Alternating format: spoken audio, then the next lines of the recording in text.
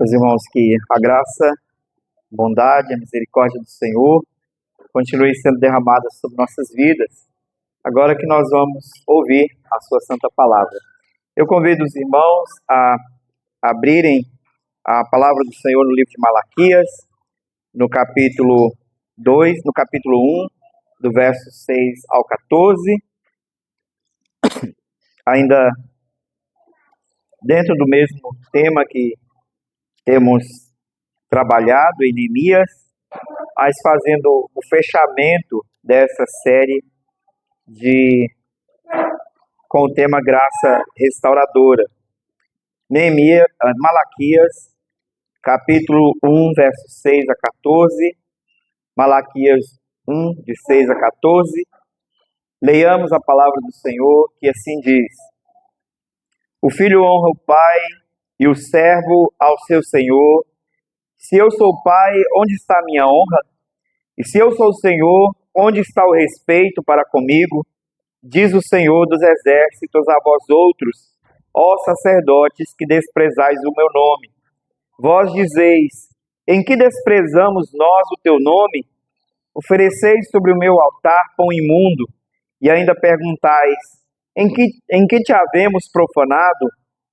Nisto que pensais: a mesa do Senhor é desprezível. Quando trazeis animal cego para o sacrificardes, não é isto mal? E quando trazeis o coxo ou o enfermo, não é isto mal? Ora, apresenta-o ao teu governador, acaso terá ele agrado em ti, e te será favorável? Diz o Senhor dos exércitos. Agora, pois, suplicai o favor de Deus, que nos conceda a sua graça, mas com tais ofertas nas mãos, aceitará ele a vossa pessoa, diz o Senhor dos exércitos. Tomara houvesse entre vós quem fechasse as portas, para que não acendesses debalde o fogo do meu altar. Eu não tenho prazer em vós, diz o Senhor dos exércitos, nem aceitarei da vossa mão a oferta. Mas desde o nascente do sol até o poente, é grande entre as nações o meu nome, e em todo lugar lhe é queimado incenso e trazidas ofertas puras, porque o meu nome é grande entre as nações, diz o Senhor dos exércitos. Mas vós o profanais, quando dizeis: a mesa do Senhor é imunda, e o que nela se oferece, isto é, a sua comida é desprezível. E dizeis ainda: que canseira, e me desprezais, diz o Senhor dos exércitos. Vós ofereceis o dilacerado e o coxo e o enfermo, assim fazeis a oferta. Aceitaria eu isso da vossa mão? Diz o Senhor, pois maldito seja o enganador, que tendo um animal sadio no seu rebanho, promete e oferece ao Senhor um defeituoso, porque eu sou grande rei, diz o Senhor dos exércitos. O meu nome é terrível entre as nações. Vamos orar ao Senhor mais uma vez? Ó Deus, nós queremos agradecer ao Senhor, ó Pai, pela sua santa e bendita palavra, que é nos dada hoje, Senhor, para a nossa instrução, para a nossa correção, ó Deus, para que possamos ser educados na justiça do Senhor, e possamos, ó Deus, te honrar e te obedecer. Ó Deus, buscamos nesse momento, ó Pai, a tua graça, a iluminação do teu Santo Espírito e o temor do Senhor em nossos corações, para que, compreendendo a verdade do Senhor, não a desprezemos, mas a apliquemos em nosso coração, ó Deus, para que possamos te honrar e te glorificar. Suplicamos, ó Deus bendito, que o Senhor fale ao teu povo nessa noite.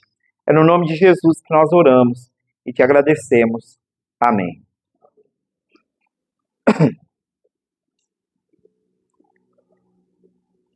Mas eu não sei se vocês têm o hábito ou o gosto de acompanhar esses programas de reformas de casas, de imóveis, que passam geralmente na televisão americana e que tem sido reproduzido aqui no Brasil.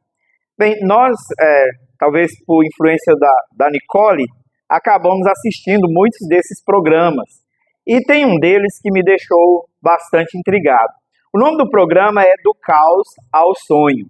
E esse programa, ele é um programa americano que trata de reformas de casas que foram colocadas ou entregues a uma empreiteira, para famílias que entregaram a construção de suas casas a uma construtora, a uma empreiteira, e que depois que mudaram, finalizada a casa, eles mudam para casa, eles começam a descobrir uma série de problemas estruturais e técnicos na casa.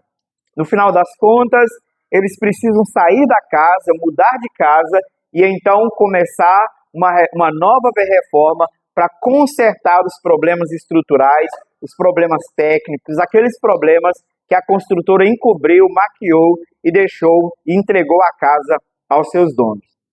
Bem, imagine o quão frustrante isso seria. Imagine você investir o seu dinheiro, é o seu sonho, é o seu projeto, e você investe todo o seu dinheiro para construir uma casa e 2 meses, 3 meses depois, morando na casa, você começa a descobrir uma série de problemas que podem causar ou trazer danos maiores para você e para a sua família.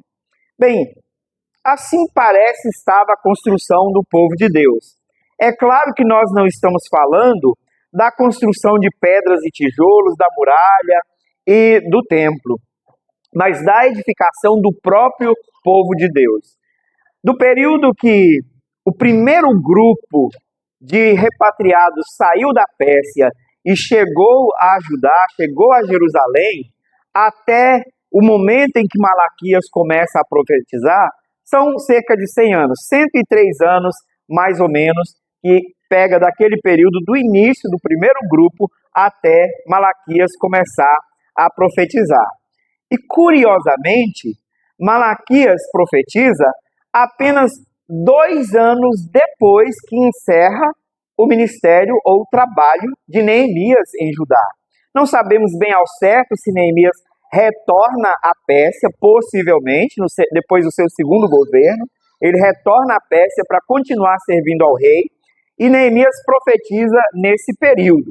Alguns historiadores até acreditam que ele talvez tenha começado a profetizar, Malaquias tenha começado a profetizar antes mesmo de Neemias encerrar o seu governo, mas o destaque do seu ministério é exatamente no final do tempo em que Neemias governou sobre Judá.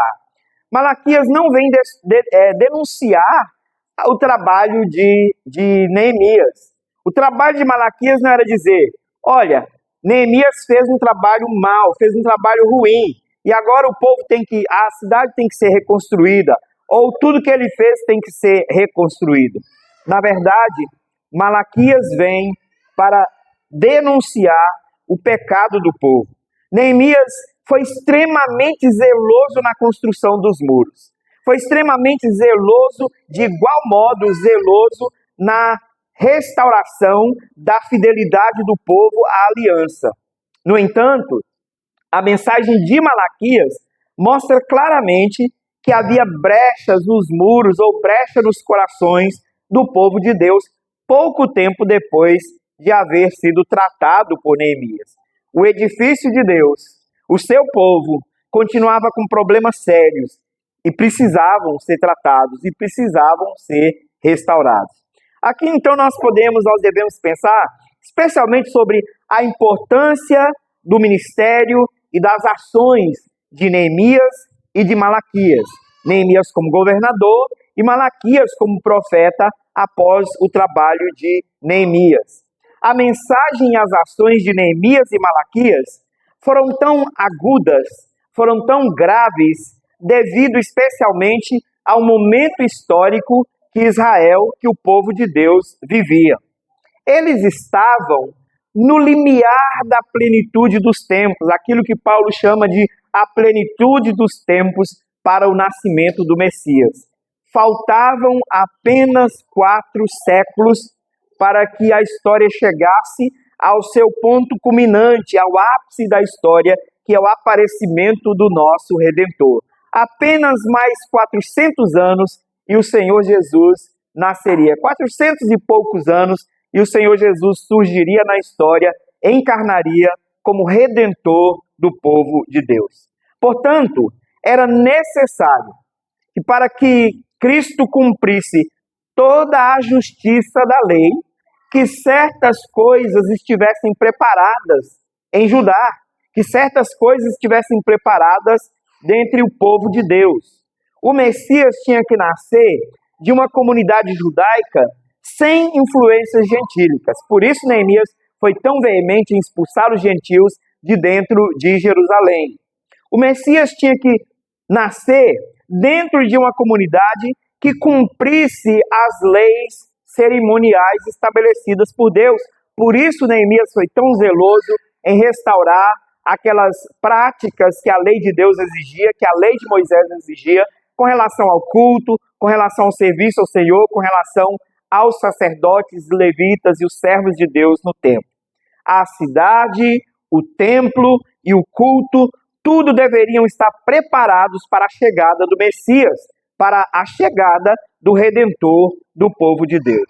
Nós vamos olhar em Malaquias hoje apenas um trecho que mostra como o desafio de santificar o povo de Deus continuou no decorrer da história, mas como o Senhor graciosamente não desistiu do seu povo e continuou manifestando a sua graça restauradora para que a sua igreja, o seu povo, fosse edificado, para que o seu povo fosse restaurado para a glória de Deus.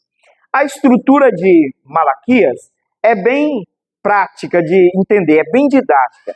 Malaquias está dividido em 8 discursos, e esses 8 discursos, cada um deles é separado por uma primeira parte, que é uma declaração ou uma repreensão divina contra o povo, ou um anúncio profético a respeito de algo do futuro. A segunda parte, um questionamento do povo, uma pergunta do povo, e todas as vezes, praticamente envolvendo cinismo, envolvendo ironia por parte do povo, questionando alguma coisa, alguma ação de Deus em favor do povo. E a terceira parte é a resposta de Deus para esta resposta do povo, para este questionamento do povo. Olhemos então esse trecho que nós acabamos de ler e vejamos o que o Senhor trata aqui, para que nós possamos ver como o povo continuou precisando da graça restauradora de Deus, mas como Deus também continuou manifestando o seu amor para com aquele povo. Na primeira parte, nós temos a repreensão divina. O Senhor começa repreendendo os sacerdotes de Judá, dizendo: o filho honra o pai e o servo ao seu senhor. Eu sou pai e eu sou o Senhor. Onde está a minha honra e por que vocês desprezam o meu nome? Deus começa questionando-os a respeito da quebra de 2 mandamentos tão importantes da lei do Senhor. O primeiro é uma referência ao 5º mandamento: honra o teu pai e a tua mãe. O Senhor usa este mandamento para relembrá-los do dever que eles tinham de honrar a Deus como pai. E o Senhor diz: o filho honra ao pai. Se eu sou pai, onde está a minha honra? Havia claramente uma rebelião contra a soberania de Deus como pai e senhor do povo. Uma rebelião no coração de Judá contra o governo soberano de Deus. E Deus então os repreende, chamando a atenção, dizendo: onde está a minha honra se eu sou pai? Onde está a minha honra se eu sou pai? Irmãos, isso é tão sério, é tão grave, que nós às vezes não percebemos que nós desonramos constantemente ao Senhor como pai e quebramos o 5º mandamento em relação ao nosso Deus. Lembrando que o 5º mandamento não é somente sobre os nossos pais naturais. Ele lança mão da relação entre filho e pais naturais para falar da relação do homem com toda a autoridade estabelecida por Deus. E a principal delas é a autoridade divina. Deus é o Pai. Deus é o Pai, o nosso Pai, o Pai do seu povo. E o 5º mandamento é, em suma, um chamado à obediência a Deus como Pai. Quando nós obedecemos, honramos os nossos pais, nós honramos ao nosso Deus como Senhor de nossas vidas. Honra o teu pai e a tua mãe. essa honra é devida aos pais, essa honra é devida às autoridades civis, essa honra é devida aos professores, àqueles que Deus coloca como autoridade sobre nós nas nossas relações dentro das três esferas, da família, da sociedade e da igreja. Em todas essas esferas, nós temos pais, nós temos autoridade sobre nós. Mas Deus é a autoridade soberana. Deus é a maior autoridade. E o povo havia esquecido de obedecer a Deus. Havia esquecido de temer ao Senhor como Pai, de honrá-lo como Senhor. Por isso Deus começa exortando o povo, lembrando do quinto mandamento. Honra o teu pai e a tua mãe. Se eu sou pai, onde está a minha honra? O filho honra o seu pai. Se eu sou pai, onde está a minha honra? A segunda pergunta é, se eu sou Senhor, ou o servo honra ao seu Senhor? Se eu sou Senhor, por que vocês desprezam o meu nome? Uma referência ao terceiro mandamento. Não tomarás o nome do Senhor teu Deus em vão. A atitude de Judá era de desprezo para com o nome do Senhor. Ao rejeitar as palavras de Deus e ao agir de modo desobediente à palavra de Deus, eles estavam rejeitando o nome do Senhor e tomando o santo nome do Senhor em vão. Nós normalmente entendemos que o mandamento, o terceiro mandamento, não tomarás o nome do Senhor teu Deus em vão, diz respeito apenas às coisas que nós pronunciamos. Ou seja, nós não devemos pronunciar o nome do Senhor à toa. Geralmente nós entendemos assim. Mas não é simplesmente, não é só isso que está envolvido no mandamento. Nós temos sim que honrar o Senhor com nossas palavras, e o nome do Senhor não pode ser dito levianamente por nossas bocas, mas nós devemos lembrar que nós somos o povo chamado pelo nome do Senhor. Logo, cada coisa que nós fazemos envolve o nome do Senhor. E se nós temos atitudes que desonram a Deus, o nome do Senhor é desonrado e, portanto, nós quebramos o terceiro mandamento. O povo desprezava o nome do Senhor.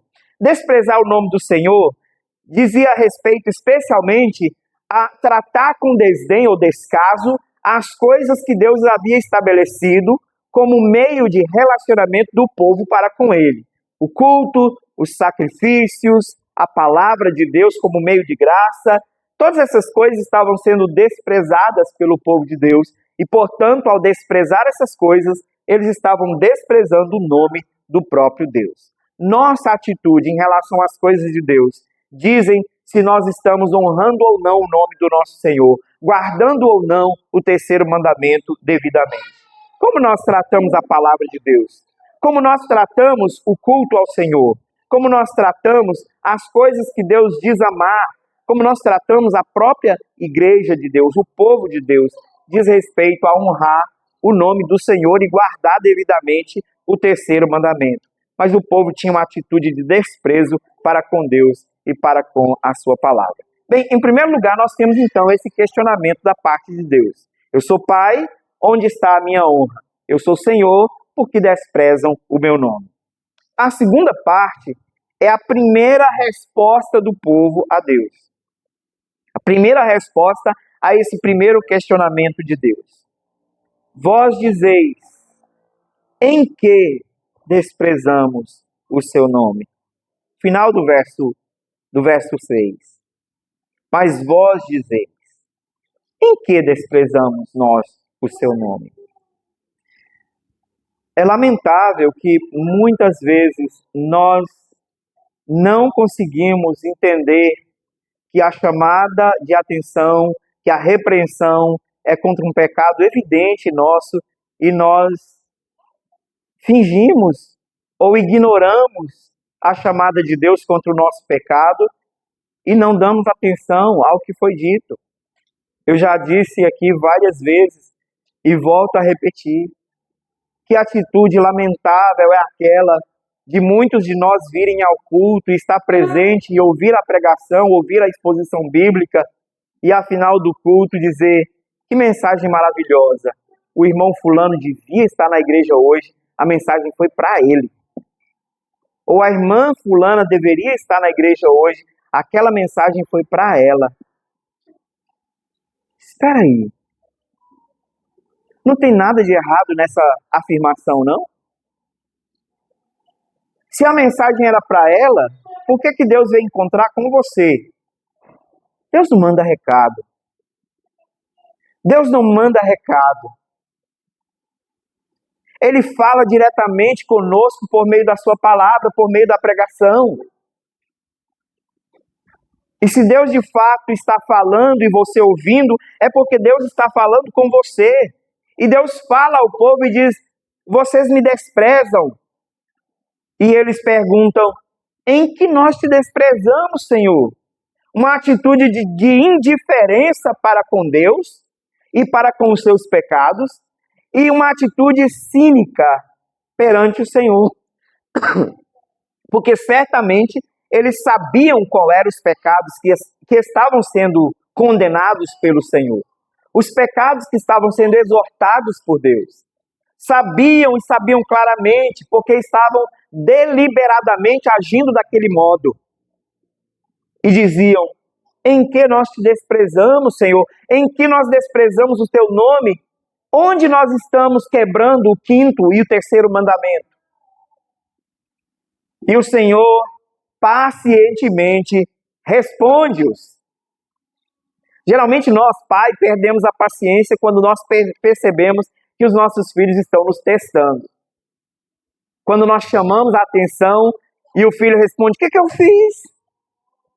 Você não viu o que eu fiz? Mas o que eu fiz? E está claro, evidente o erro que o filho cometeu, e ele ainda pergunta: o que eu fiz?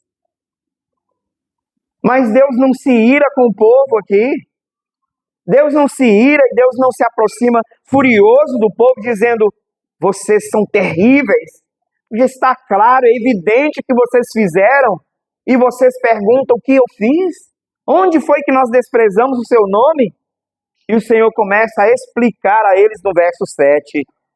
Ofereceis sobre o meu altar pão imundo. E ainda perguntam: em que havemos profanado? Nisto que pensais, a mesa do Senhor é desprezível. Os sacerdotes de Israel deveriam ser aqueles que zelavam pela santidade do culto a Deus.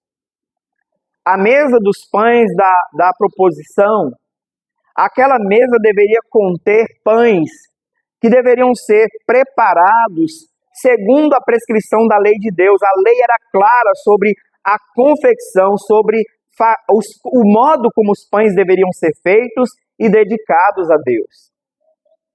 E eles deixaram de seguir a forma ordenada por Deus nas Escrituras e estava oferecendo pão de qualquer modo na mesa do Senhor. E o Senhor acusa-os dizendo que eram pães contaminados, pães imundos.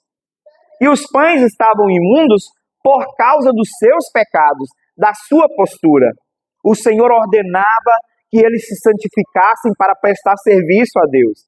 Mas eles apresentavam para prestar serviço a Deus com suas mãos e os seus corações cheios de pecados, sem arrependimento e sem mudança de vida.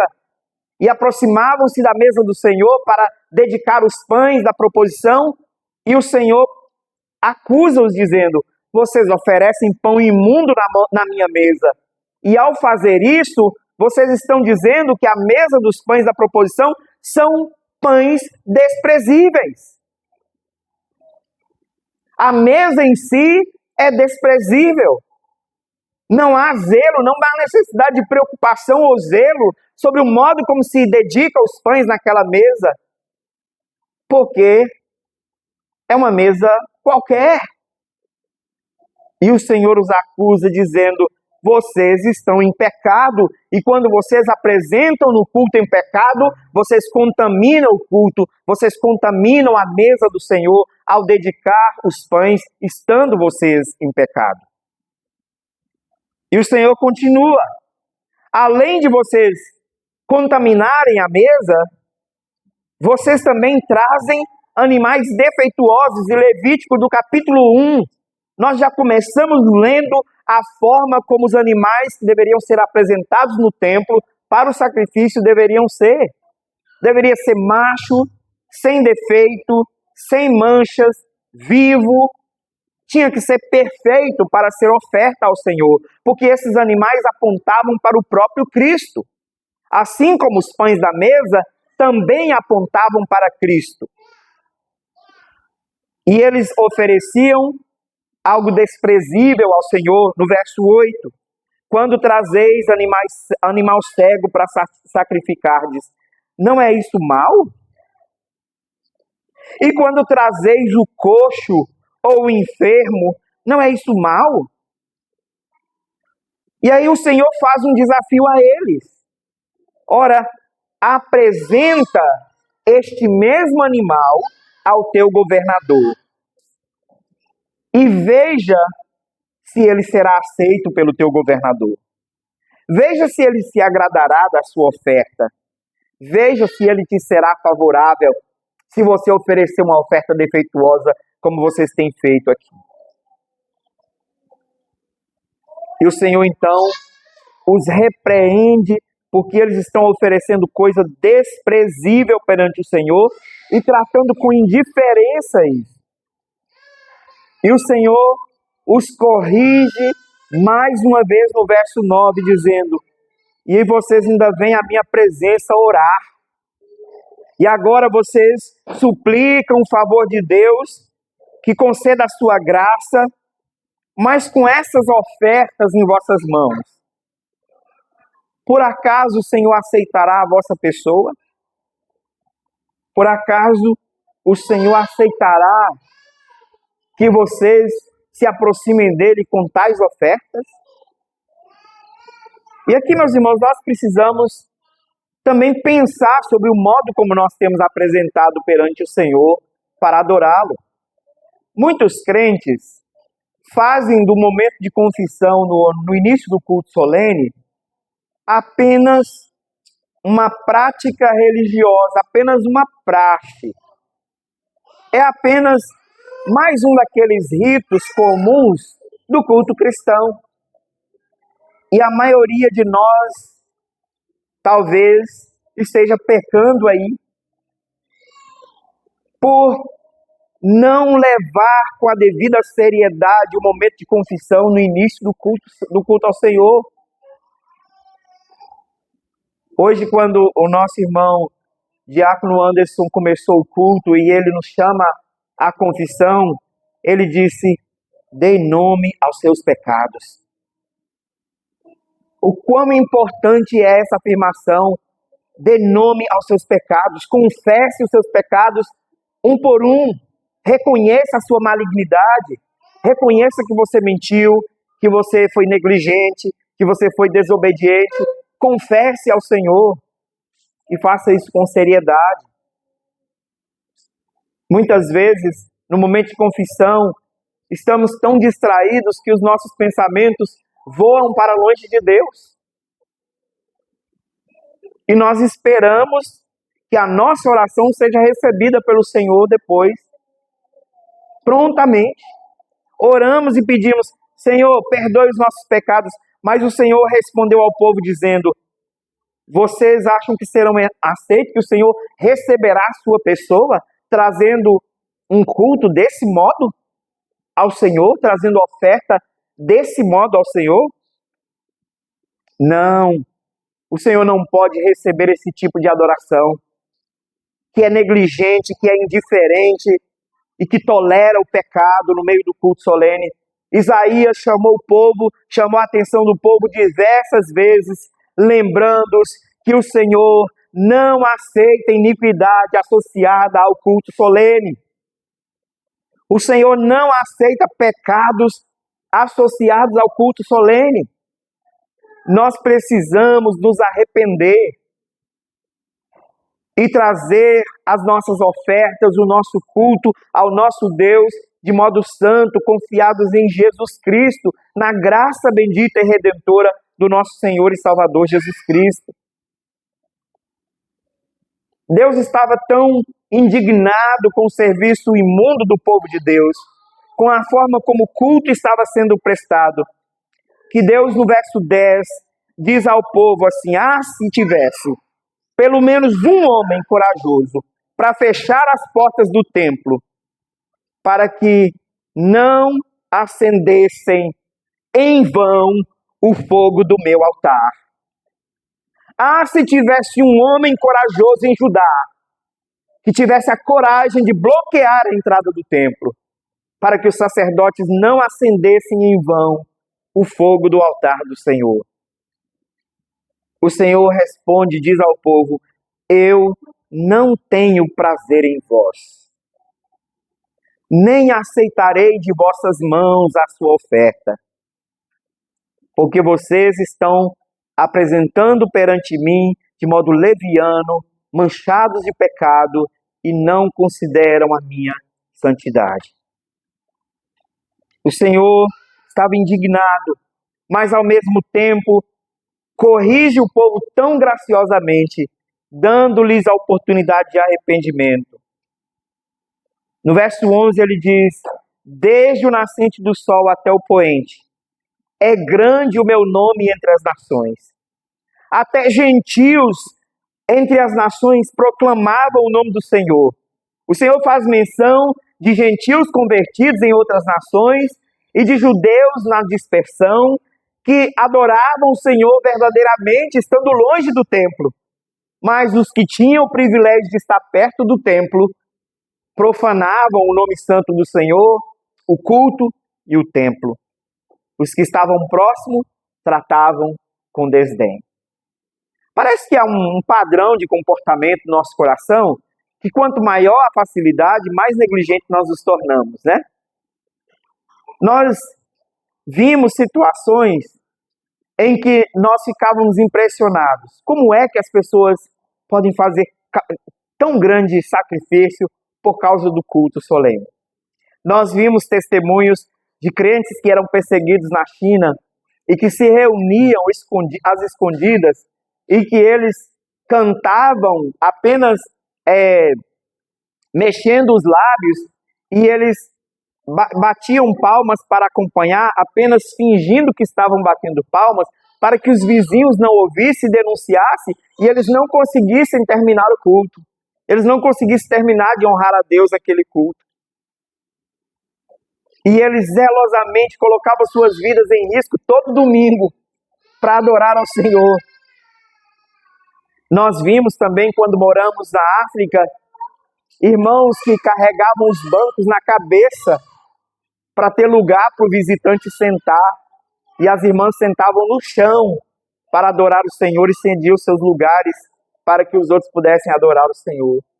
Vimos no encontro de jovens que promovemos lá, jovens que saíram de casa 2 horas da madrugada e que andaram em grupo cantando no meio da floresta para espantar os leões, as feras que tinham na floresta, para que eles pudessem chegar vivos no culto às 9 horas da manhã, na abertura do trabalho, às 9 horas da manhã do outro dia.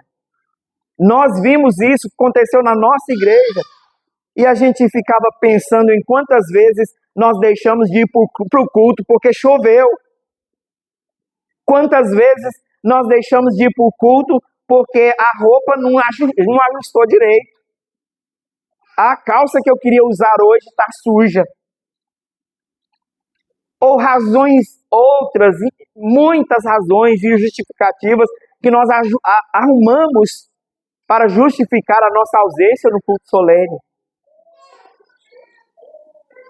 O Senhor chama a atenção do povo dizendo: até entre os gentios, até entre as nações, o meu nome é honrado, o meu nome é temido.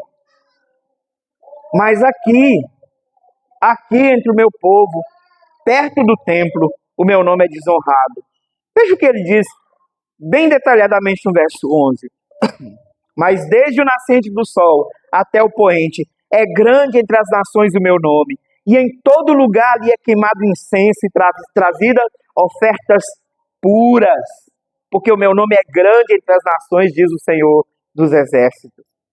Mas em Judá, o nome do Senhor é desprezado. Em Judá, o nome do Senhor é profanado. Verso 12, o Senhor faz a segunda acusação. Vós profanais, quando dizeis, a mesa do Senhor é imunda, e o que nela se oferece, isto é, a sua comida, é desprezível. E aí nós temos o segundo questionamento do povo, a segunda evasiva do povo, ao dizer, que canseira, cansado do culto, que canseira, e me desprezais, diz o Senhor dos Exércitos. Eles estavam cansados de prestar culto a Deus, enfadados de vir à presença do Senhor. E alguns intérpretes dizem que aqui, além disso, eles diziam, que canseira ficar ouvindo essas repreensões. Que canseira ficar ouvindo essas mesmas repreensões. Mas o Senhor tinha toda a razão de dizer, que canseira de tolerar vocês. Que canseira de tolerar o seu culto imundo. Que canseira de tolerar a sua indiferença, o seu desprezo. Que canseira de tolerar o modo irreverente e desrespeitoso como tratam o meu culto, as minhas coisas e o meu santo nome. O Senhor os repreende duramente, dizendo, vocês estão tratando como desprezível as coisas do Senhor. Ele repete novamente no verso 13, os pecados que o povo estava cometendo por julgar que aquelas repetições eram cansativas. Ele diz,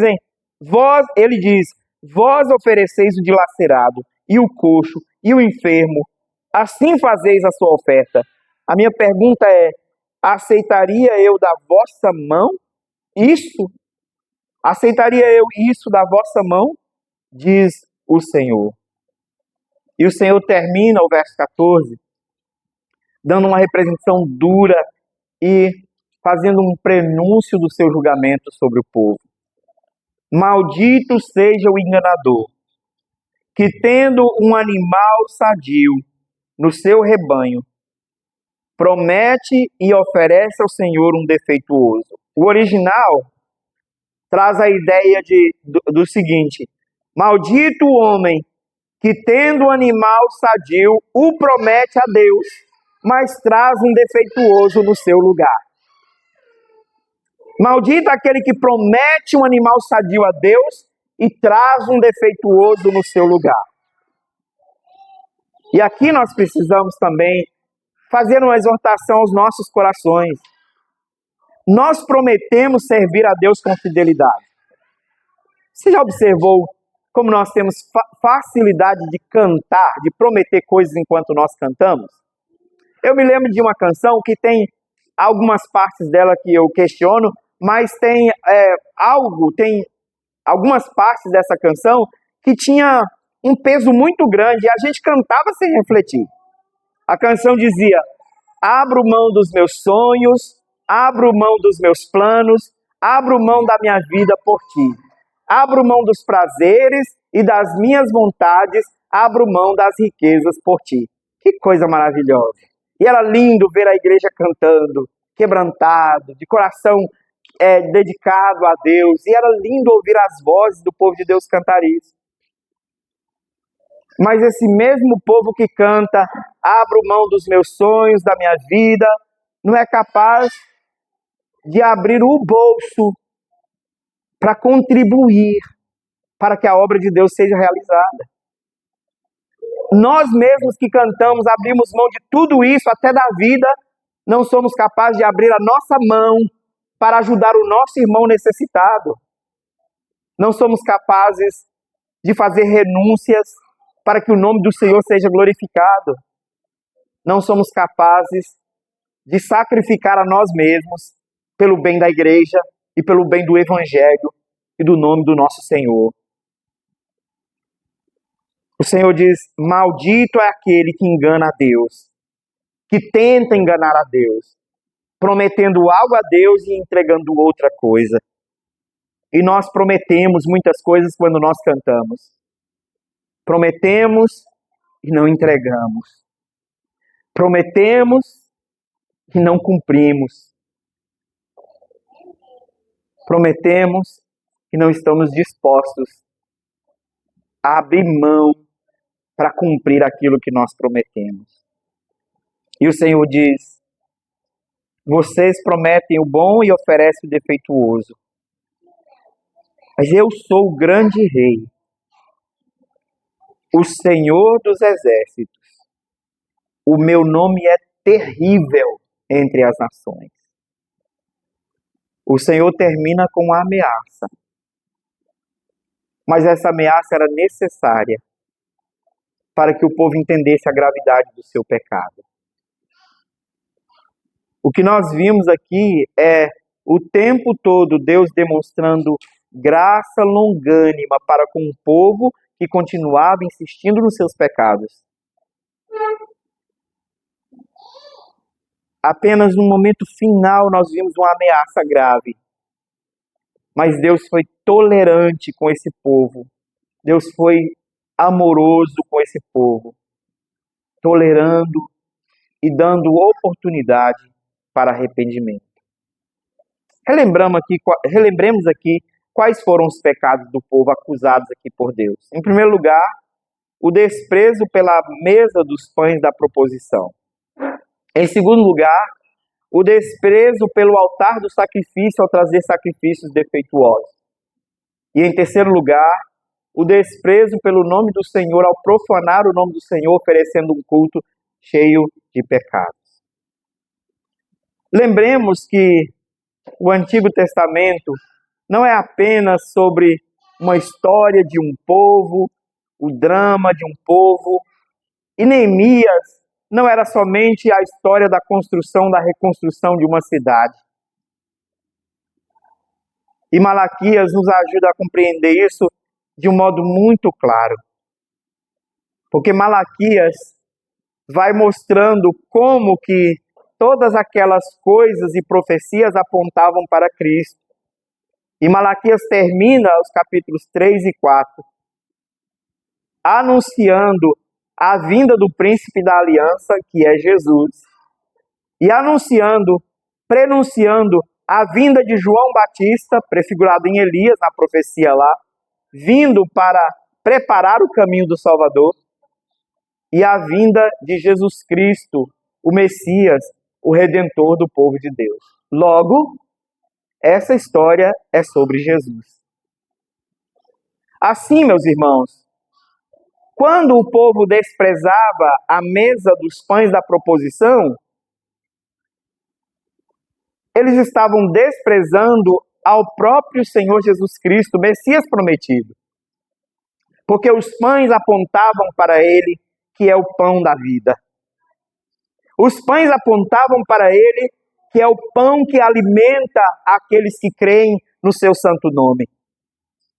E quando desprezavam o pão e ofereciam de modo imundo o pão na mesa do Senhor, estavam desprezando o próprio Messias, desprezando o próprio Senhor Jesus Cristo, ainda que ele estava por vir, mas os pães prefiguravam o Senhor. Do mesmo modo, ao oferecer sacrifício defeituoso, estavam desprezando o sacrifício perfeito que foi prometido no Messias.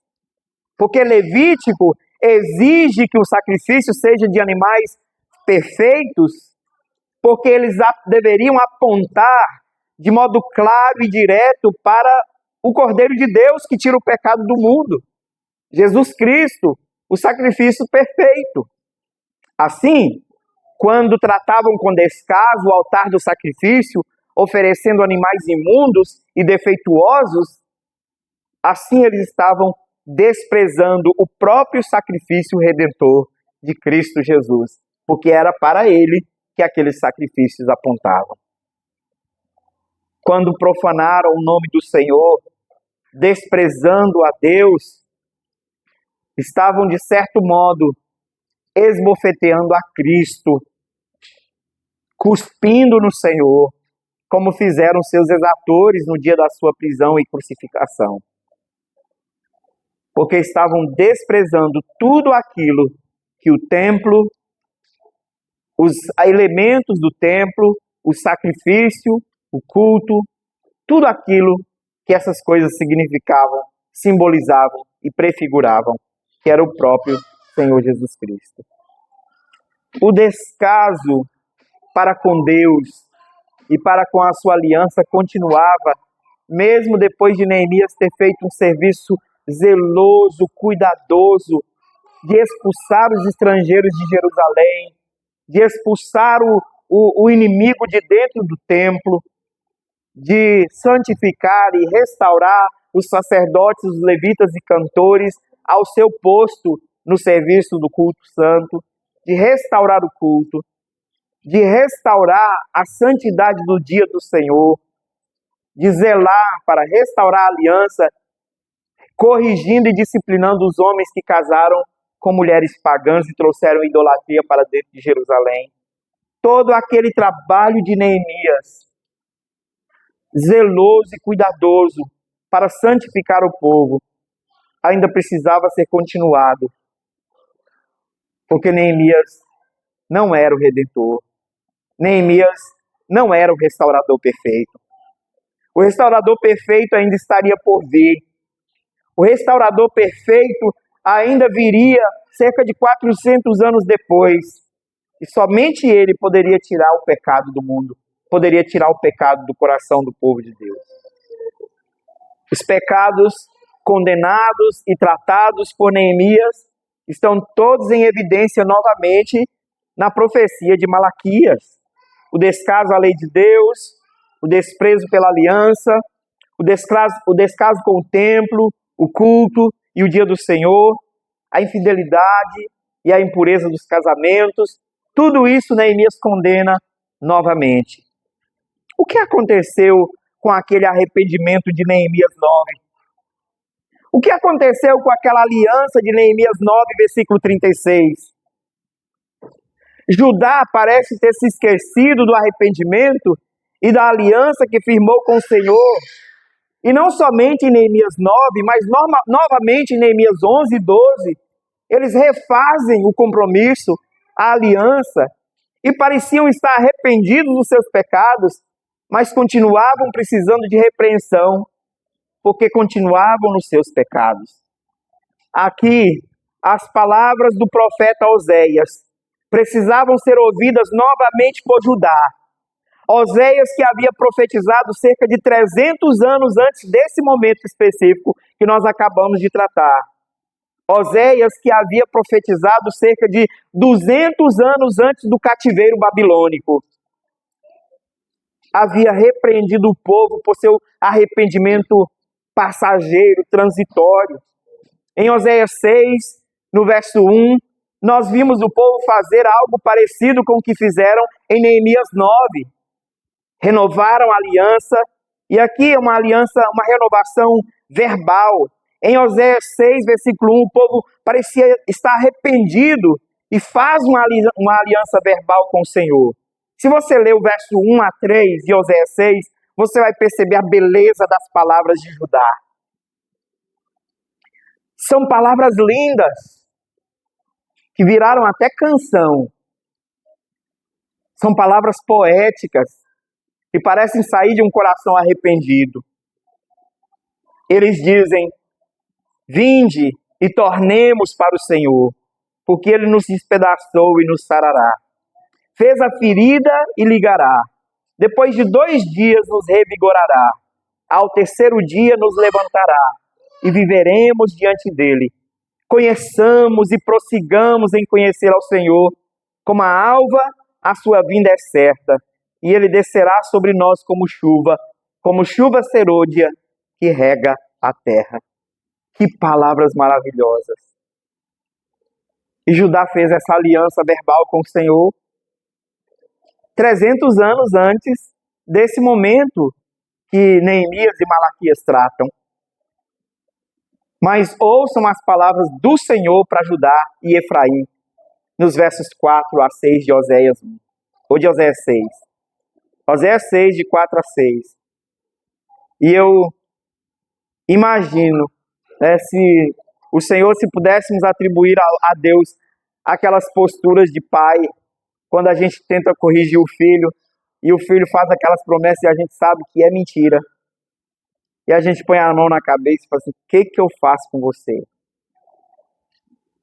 Talvez pudesse imaginar o Senhor com a mão na cabeça dizendo, e o que te farei, ó Efraim? E o que te farei, ó Judá? O que eu faço com vocês? Porque o vosso amor, tão belamente descrito nas palavras dos versos 1 a 3, é como a nuvem de manhã e como o orvalho da madrugada, que cedo passa. Por isso os abati por meio dos profetas. Pela palavra da minha boca os matei, e os meus juízos sairão como a luz. Pois misericórdia quero, e não sacrifício, e o conhecimento de Deus mais do que holocaustos. O Senhor queria a obediência desse povo. E o Senhor diz, o que eu faço com vocês? Porque vocês parecem estar arrependidos, fazem aliança, mas cedo estão de volta nos seus pecados. A história do povo de Deus foi marcada por esses arrependimentos passageiros. Foi marcada por esses arrependimentos que eram como nuvem que um vento logo desfazia, que era como o orvalho da madrugada que aos primeiros raios do sol secava. Tão vulnerável, tão frágil, tão passageiro, que logo o povo estava de volta nos seus pecados, nas suas mazelas. Mas o que mais marca aqui, meus irmãos, não é a fraqueza do arrependimento desse povo. O que é mais marcante não é a grandeza do pecado desse povo. O que de fato é mais marcante é o amor longânimo e a fidelidade do nosso Deus para com a sua aliança, mesmo que o povo da aliança estava sendo infiel com ele. O que ressalta, e especialmente nesse momento, com certeza nós encontraremos muitas imperfeições e pecados e infidelidades neste culto que está sendo agora prestado a Deus. Mas o que se destaca hoje nesse lugar é a longanimidade do nosso Deus e a fidelidade dele para com sua aliança. E ele constante e pacientemente está nos chamando, arrependam-se dos seus pecados e voltem para mim. Convertam-se a mim, convertam seus corações, voltem-se para o Senhor. E a nossa oração deveria ser, Senhor, converte-nos e seremos convertidos. Faz-nos voltar para o Senhor e faz com que nós tenhamos firmeza na nossa confissão e firmeza no nosso arrependimento, porque o nosso arrependimento é fraco. Tenha misericórdia de nós, ó Senhor. Irmãos, desprezar as coisas de Deus é desprezar ao próprio Deus. E aquele povo desprezou a mesa, desprezou o altar, desprezou a lei estabelecida por Deus, desprezou o nome do Senhor. Nós precisamos também tomar cuidado, porque eles, ao desprezarem aquelas coisas, desprezaram o próprio Messias para o qual aquelas coisas apontavam. Nós temos diante de nós muitas coisas que nós precisamos zelar. Nós temos a palavra de Deus que hoje tão acessivelmente está às nossas mãos. Seja em papel, seja no celular, no tablet, nós temos a palavra de Deus de um modo tão acessível às nossas mãos. E talvez não há uma geração que trate com tanto desprezo a palavra de Deus como a nossa. O nome do Senhor, que é um nome elevado acima de todas as alturas. Talvez não haja uma geração que despreze o nome do Senhor e que tome o nome do Senhor em vão, tanto quanto nós o tomamos. Tanto por nossas palavras, quanto por nosso mal proceder.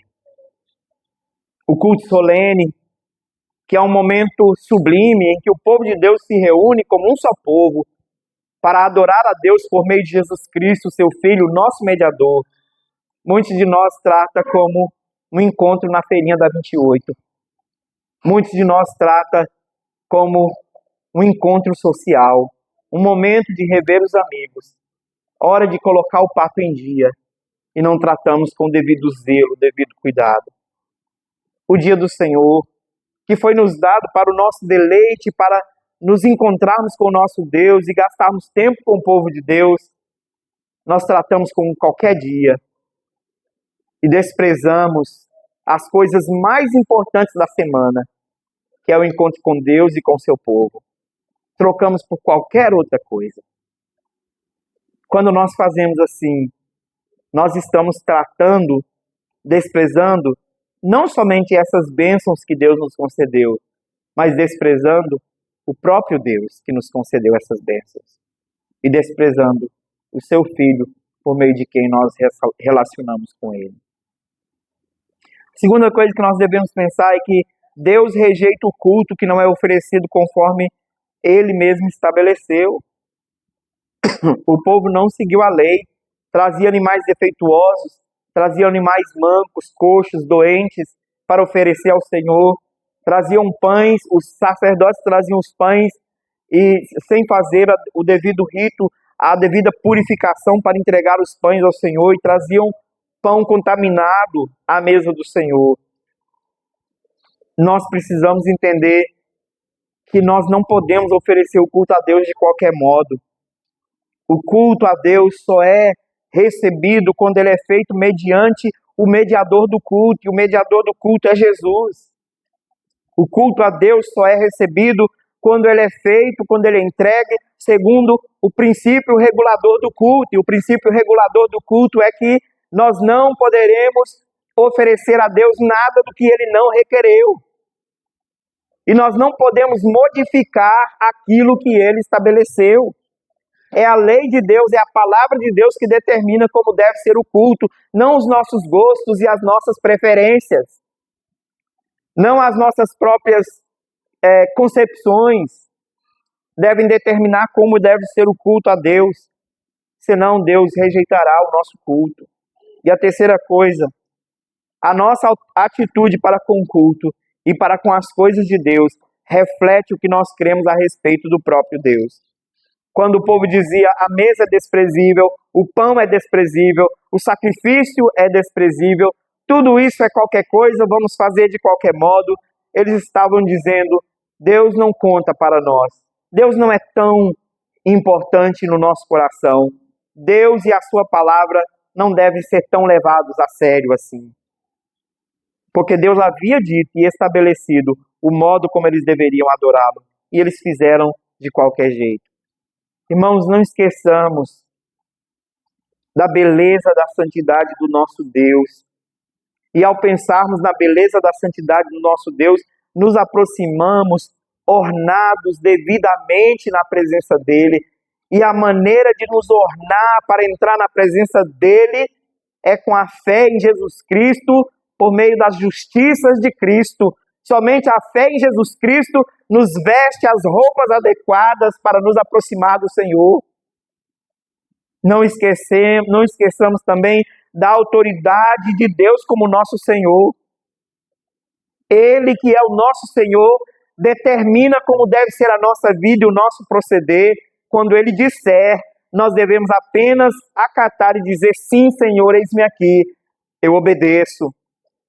Não esqueçamos também de acatar a autoridade de Deus como nosso Pai. Porque nós esquecemos que o quinto mandamento é primordialmente sobre obediência a Deus como Pai. E honremos a Deus como nosso Pai. E não esqueçamos que a nossa desobediência desonra a Deus como Pai e quebra o quinto mandamento. Também lembremos que Deus deve ser todo o nosso deleite. E não cometamos o pecado de dizer, como Judá disse na cara de Deus, que canseira. Mas que nós nos deleitemos na presença do Senhor, que nós tenhamos deleite no culto, na adoração pública, na comunhão com os santos, e no ouvir a palavra de Deus, que haja deleite, que haja prazer em nosso coração. E não digamos, que canseira. Hoje parecia que o culto não ia acabar. É claro que tem dia que o pregador fala mais do que devia. Mas nós devemos considerar que enquanto ele estiver pregando com fidelidade, é Deus falando ao seu povo. Enquanto ele estiver falando com fidelidade, é Deus falando ao seu coração. Deleite-se na voz do Senhor. Ainda que a voz do Senhor chegue ao seu coração através da voz rouca de um pregador humano fraco, mas o Espírito Santo faça você ouvir a doce voz do Senhor no seu coração, mesmo quando ela for mais autoritária, corrigindo o seu pecado e dizendo para você: cuidado, porque eu rejeito aqueles que não fazem a minha vontade e eu amaldiçoo aqueles que me enganam. Que você tenha deleite na presença do Senhor e em ouvir o Senhor. Você se lembra do episódio do caso que eu citei no início, da casa, do programa sobre reformas de casa, do caos ao sonho. Naquele programa americano sobre reformas de casas, há casos em que a estrutura da casa e que as reformas demandadas, os consertos que precisam ser feitos, demandam tanto que os proprietários desistem da casa. E eles decidem vender a casa por um preço abaixo do mercado, ficando com prejuízo, mas eles preferem se livrar do problema. Meus irmãos, imagine se Deus decidisse desistir dessa construção defeituosa que nós somos.